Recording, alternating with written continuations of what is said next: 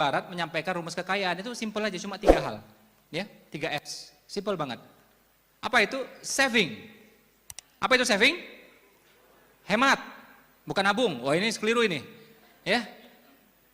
Ya, benar, arti lainnya memang nabung, tapi di sini artinya berhemat. Ini saya kaget luar biasa ya, kaget luar biasa. Jadi ternyata Islam tidak pernah menganjurkan kita untuk menabung. Tunjukin dalilnya sama saya kalau ada. Yang ada cuma cadangan tunai, itu ada, dianjurkan dalam Islam, 4 bulan dianjurkan. Tapi anjuran ada uang, tabung, ada uang, tabung, tidak ada dalam Islam. Tunjukin sama saya kalau ada.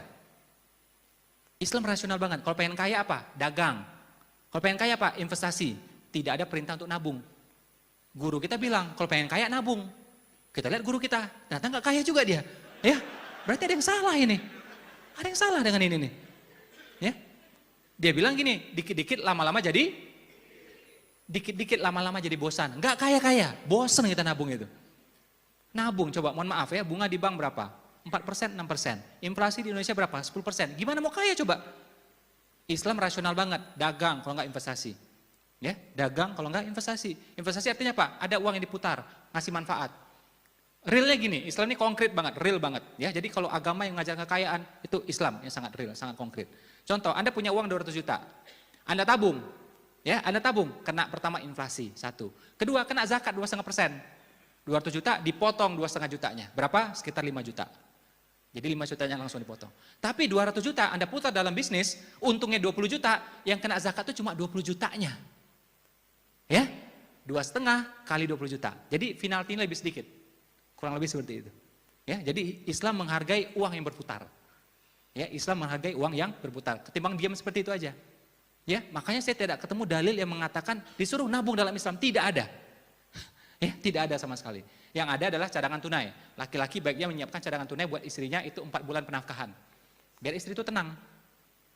Tapi kalau tiap tanggal 28 uang habis, uang 8 habis, nah itu pasti istri deg-degan itu ya. Istri harus dibikin tenang, ya, karena istri dia punya namanya oksitosin, ya. Oksitosin itu hormon kasih sayang, hormon rahman rahim, ya. Kalau dia tenang, itu anak beres sama dia, rumah tangga beres sama dia. Tapi kalau dia deg-degan, kacau semuanya nih. Suami lihat dia juga nggak tenang, anak lihat dia nggak tenang, rumah tangga jadinya nggak enak. Nah, biar tenang, cobalah tanya ibu-ibu, itu ya, kalau lagi stres, ASI susah keluarnya, betul apa betul? Tapi kalau dia tenang, semuanya beres, lancar itu ASI. Saldo cukup, 12 bulan bahkan. Nah, berlian sebelah sini ada, oke? Properti ada. Udah pasti tenang tuh, nyusui pasti enak udah itu. Ya, makanya kalau mau romantis ya nggak cukup tuh, romantis kasih bunga, nggak cukup. Kalau mau romantis, kasih bunga sekalian tamannya dan rumahnya, itu baru romantis. Ya, itu baru romantis.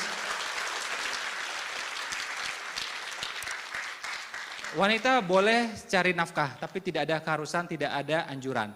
Wajib tidak, sunnah tidak. Hukumnya apa? Cuma mubah. Tapi laki-laki mesti fight cari nafkah. Makanya laki-laki dapat warisan 2 kali lipat. Kenapa? Itu buat menafkahi ya wanita-wanita di sekitarnya. Ibunya, istrinya, putri-putrinya, saudari-saudarinya. Contoh, wanita belum menikah, ya, belum menikah. Dia dinafkahi oleh ayahnya, laki-laki. Sudah menikah, dinafkahi oleh suaminya, laki-laki. Bercerai atau suaminya meninggal, balik lagi penafkahan ke ayahnya atau pamannya atau saudara laki-lakinya. Itu yang seharusnya. Ini laki-laki, makanya mesti kuat uangnya. Oke? Punya anak laki-laki misalnya, setelah akhir balik bebas sudah, tidak harus dinafkahi lagi. Tapi kalau anak perempuan, sampai dia nikah kita nafkahi terus. Dia nikah usia 32 tahun, artinya kita nafkahi dia terus sampai usia 32. Ya, ternyata usia 50 tahun suaminya meninggal, balik lagi ke ayahnya. Makanya suami dapat warisan 2 kali lipat, ya, laki-laki dapat warisan 2 kali lipat. Tujuannya apa? Menafkahi wanita di sekitarnya. Perempuan dapat warisan, dapat warisan, jalan-jalan ke Eropa, boleh. Laki-laki nggak bisa kayak gitu. Ini uang harus dipegang ini untuk menafkahi wanita di sekitarnya itu. Makanya saya bilang laki-laki mesti kuat cari uangnya, mesti sungguh-sungguh. Zaman dulu orang cari nafkah, ya, laki-laki itu sampai berburu, menombak, memanah, ya, menyelam, melompat, oke, menerkam supaya dapat nafkah, ya, supaya dapat nafkah itu. Jadi cari nafkah memang itu agak stres dikit, agak capek dikit, kadang-kadang beresiko. Nah, tapi terusannya laki-laki. Nah, wanita jangan sampai stres kayak gituan. Ya, jadi andai kata wanita cari nafkah pun, bikinlah yang santai-santai, yang tenang-tenang aja. Jangan sampai stres. Kalau stres, kasih ke laki-laki, kasih ke suaminya.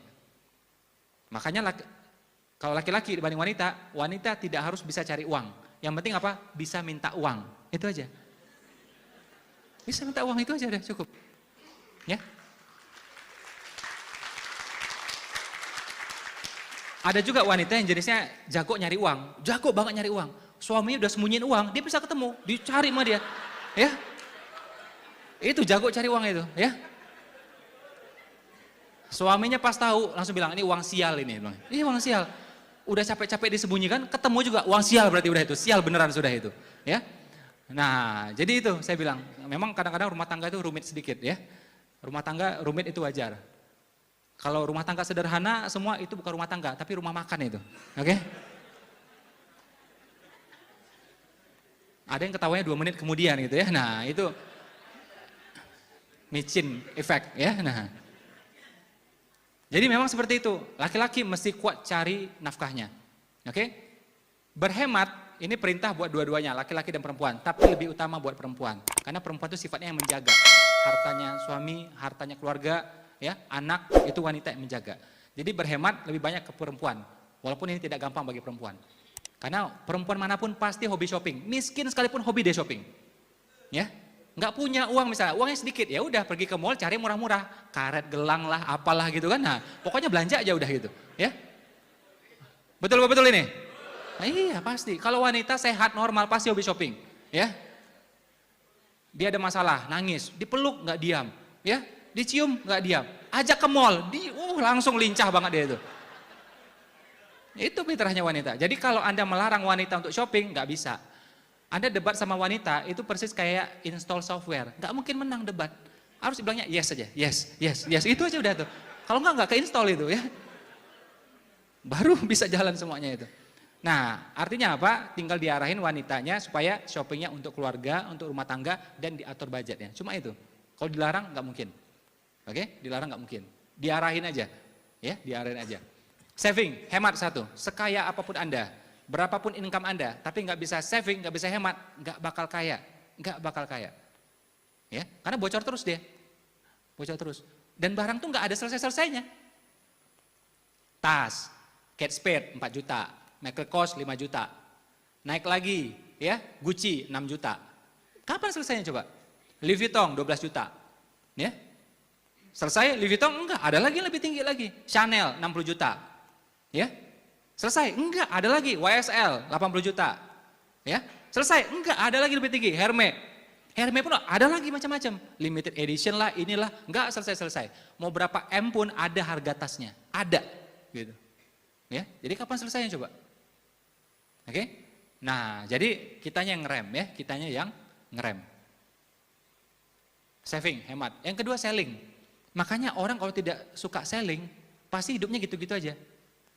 Kalau pengen perubahan, suka dengan selling, suka dengan dunia penjualan. Nah, saving itu ngerem. Selling itu ngegas. Dua-duanya masih ada. Yang cilaka rumah tangga, selling enggak ada, saving enggak ada. Kolaps itu pasti itu. Pasti ngutang aja hobinya itu udah. Ya. Dia enggak suka jualan, enggak suka nabung. Ya sudah, mau ngapain coba? Harusnya apa? Suka jualan, dapat untung, dapat profit, dapat komisi. Ini yang di saving. Nah, terjadilah selisihnya. Selisihnya diapain? Dijadikan shelter. Apa itu shelter? Tempat kita bernaung. Apartemen, rumah, ruko, apa saja. Ya, tempat kita bernaung.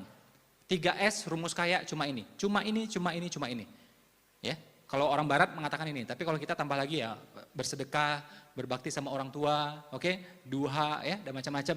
Nah, itu rezeki juga. Tapi kalau orang barat, motivator barat cuma nyampaikan 3 hal ini saja kalau Anda pengen kaya. 3 ini saja, nggak banyak-banyak.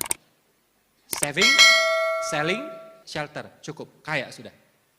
Nah, kalau orang nggak bisa jualan, nggak mau jualan, apa yang mau di saving coba? Uang-uangnya nggak ada, apa yang mau dihemat? Makanya ini mesti jalan sinkron semuanya. Sip?